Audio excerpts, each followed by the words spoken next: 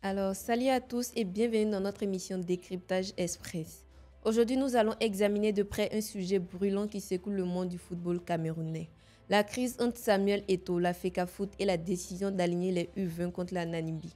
Commençons par le contexte général. Samuel Eto'o est confronté à des défis dans sa mission de moderniser et de stabiliser le football camerounais. Depuis son élection à la présidence de la Fédération camerounaise de football FECAFOOT en décembre 2021, il a pris des décisions importantes et parfois controversées, reflétant sa volonté de réformer le football du pays. Cependant, ces réformes ont été accompagnées de tensions croissantes au sein de la fédération, provoquant des affrontements internes et des contestations. L'un des épisodes marquants de cette crise est la décision d'Eto'o d'aligner l'équipe U20 pour le match de qualification à la CAN 2025 contre la Namibie, perçu comme un geste fort et symbolique dans un contexte de rupture avec l'équipe A. Malgré les critiques, Eto'o reste déterminé à poursuivre ses réformes.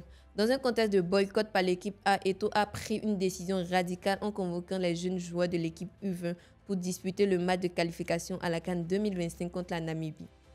Ce geste visait à rappeler que la fédération et le pays priment sur les individus et que personne n'est indispensable. Cependant, cette décision est risquée car elle expose les jeunes joueurs manquant d'expérience à une forte pression lors d'un match international. En agissant ainsi, Eto'o souhaite rappeler que la discipline et le respect des consignes sont primordiaux au sein de la FECAFOOT.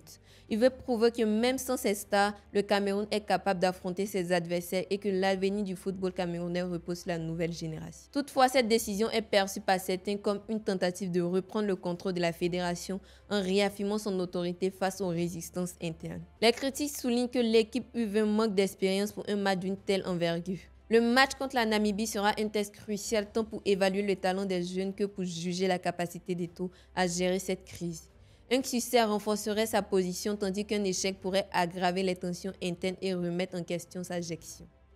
D'un point de vue institutionnel, cette décision reflète la volonté de Samuel Eto'o de réformer en profondeur une fédération minée par des luttes de pouvoir.